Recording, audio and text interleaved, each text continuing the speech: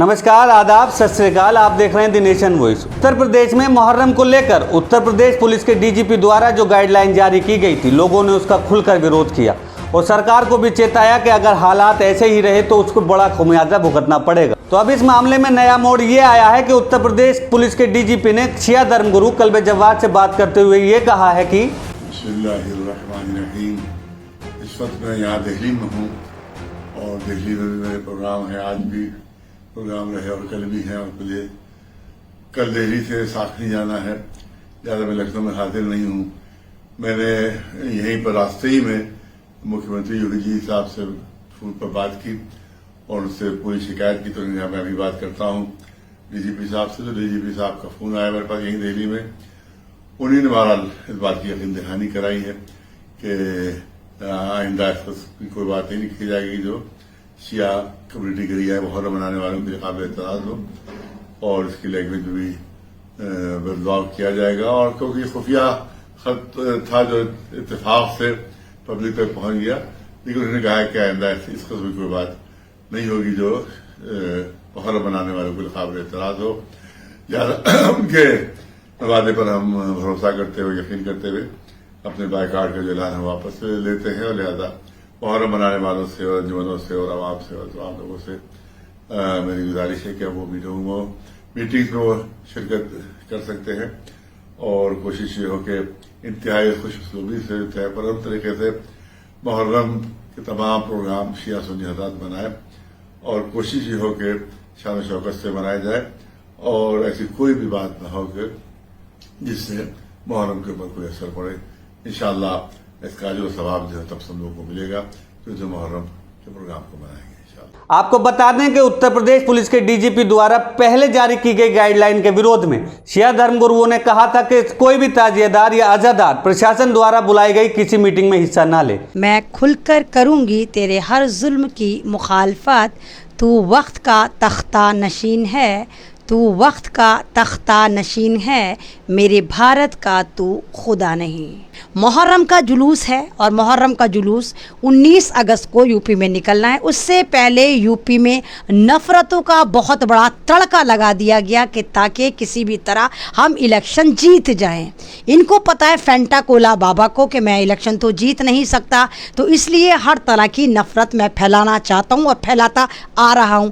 इस बार उन्होंने मुहर्रम के जुलूस को इल्ज़ाम लगाते हुए अजीब अजीब तुगलकी फरमान लागू करे और ऐसे ऐसे इल्ज़ाम लगाए कि जिनको सुनकर हैरत होती है और इनके पागलपन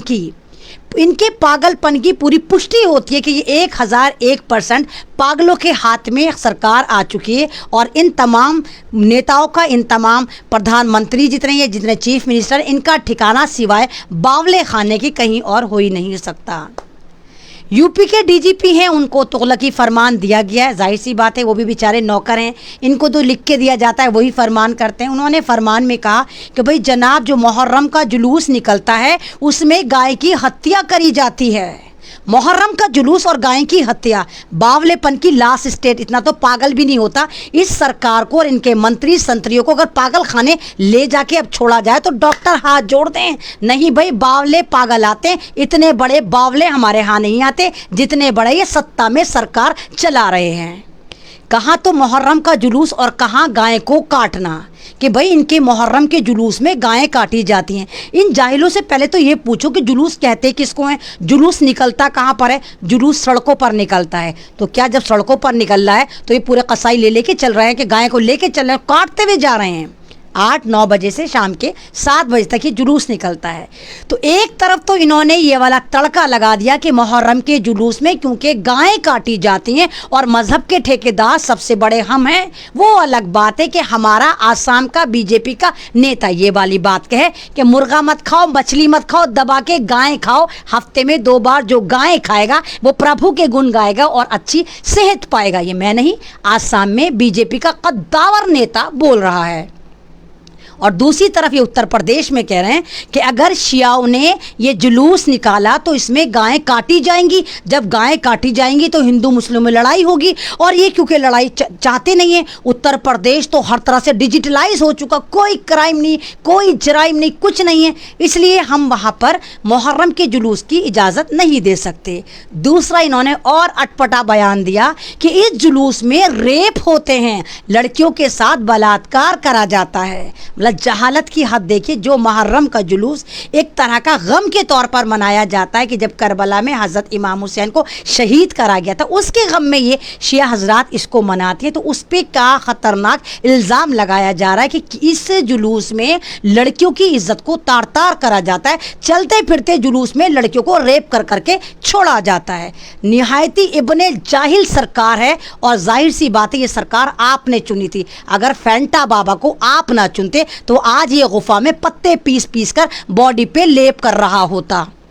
तीसरा इसने इल्ज़ाम लगाया कि क्योंकि इसमें सुन्नियों के साथ बुरा भला करा जाता है, हज़रत अबू बकर सिद्दीक, हज़रत उस्मान, हज़रत उमर को गालियां दी जाती हैं और हम नहीं चाहते, यानी फैंटा कोला सरकार ये नहीं चाहती कि किसी भी तरह शिया सुन्नी में लड़ाई हो, इसलिए हम नहीं चाहते कि 19 अगस्त में निकलने वाला ये जुलूस निकाला जाए। ये 3 फैक्ट रखे सरकार ने, घटिया फैक्ट रखे या घटिया तुगलकी फरमान आपके सरों पर मुसल्लत कर दिया गया। अब मैं बताती हूँ इन्होंने ऐसा क्यों करा। आपको याद होगा वसीम रिजवी नाम का वो पालतू कुत्ता जो बीजेपी के चौबारे में मुसलसल मुजरे करता है, भाई उसको लेकर आए थे किसी भी तरह भारत के शिया सुन्नियों में लड़ाई करवाई जा सके। वो नाकाम, वो फुस्सी बम साबित हुआ। अब वो किस गुफा में जाकर इनकी आरएसएस की चड्डियाँ सी रहा है, जाफरानी चड्डियाँ सी रहा है या चड्डियाँ सुखा रहा है, किसी को कुछ नहीं पता। अब इनको तो नफरतें बांटनी है, इनके तो पेट में उड़द चावल पक रहे हैं कि क्यों भारत के शिया सुन्नी एक ही प्लेटफॉर्म पर आ गए हैं। शिया सुन्नियों का क्या इख्तलाफात है? क्या शियाओं का कुरान एक नहीं होता? शिया सुन्नी का कलाम पाक एक, शिया सुन्नी के रोज़े एक, शिया सुन्नी की नमाज एक। इख्तलाफात भी सिर्फ 4 खलीफा राशिदीन पर है, हज़रत अबू बकर सिद्दीक, हज़रत उस्मान और हज़रत उमर को लेकर है। तो उस पे लेने के बाद ये सरकार ये चाहती है बस किसी भी तरह शिया सुन्नी के टेंटवे आपस में देकर इनमें लड़वाकर हम किसी भी तरह उत्तर प्रदेश को लूट खसोट ले, जबकि ऐसा सवाल ही नहीं उठता। ऐसा हो जाएगा क्योंकि इस बार उत्तर प्रदेश का बच्चा बच्चा जान चुका है कि ये फैंटा कोला सरकार कितनी खतरनाक उनके लिए साबित हुई, किस तरह उत्तर प्रदेश की बेटियों की इज्जत सेफ रही, किस तरह उत्तर प्रदेश के नौजवानों के साथ इस सरकार ने करा, किस तरह वहाँ पर पत्रकारों के साथ सलूक होता है, किस तरह वहाँ पर एक के बाद एक मस्जिदों को शहीद करा जा रहा है। ये तमाम सरकार ने और तमाम भारतीय लोगों ने और इंटरनेशनल लोगों ने देखा कि उत्तर प्रदेश की वो सरकार जो सबसे ज़्यादा लानती सरकार है और भारत में सबसे ज़्यादा नाकाम सरकार है। वो अलग बात है कि बीजेपी सरकार ने उत्तर प्रदेश की सरकार को नंबर 1 का खिताब दिया हो, वो आप और हम नहीं समझ पाए। उसका मतलब ये था दंगा में नंबर 1, हर चीज़ में, रेप में नंबर 1, कोरोना में नंबर 1 कि कोरोना में सबसे ज़्यादा जो मारे गए हैं वो उत्तर प्रदेश में मारे गए। सबको सड़ा के ना ऑक्सीजन दिया, ना बेड दिया, ना बिस्तर दिया, और वैसे नहीं मरे तो पुलिस वालों से मरवाया, डॉक्टरों से मरवाया, हर तरीके से मारे गए। तो हर तरह ये जो योगी जो है फैंटा कोला जो है वो नंबर 1 बना। तो अब शिया धर्मगुरु कल्बे जवाद के इस बयान के बाद शायद सभी ताजियादार और अज़ादार उस बैठक या उस मीटिंग में हिस्सा लेंगे जिसमें वो प्रशासन के सहयोग की बात की जाएगी। आप ऐसी और बहुत सारी वीडियो को देखने के लिए हमारे चैनल को लाइक कीजिए, यूट्यूब पे हैं तो सब्सक्राइब कीजिए। धन्यवाद।